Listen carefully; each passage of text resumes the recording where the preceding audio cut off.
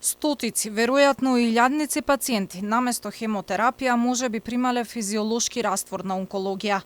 Полицијата и обвинителството 2 дена ја тресат клиниката, но засега не се соопштуваат детали. Од основното јавно обвинителство информираат дека се извршени претреси на клиниката, но и во 2 приватни станови, како дел од предистражна постапка и се прават за да се обезбедат докази за евентуално кривично дело. Досега се одземени компјутерски податоци, компјутери и пишана документација.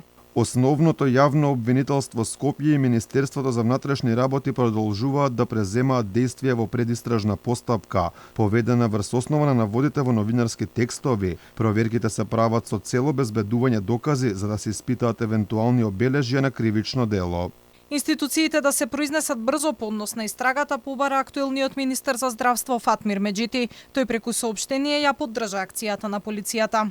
Како министер силно ги осудувам сите обиди или действија на поединци или групи кои преку дискрециони овластување и начини на носење на одлуки во сопствена корист направиле ненадоместлива штета врз здравјето и животот на пациентите, граѓаните и државата. Очекувам институциите да се произнесат брзо по однос на истрагата.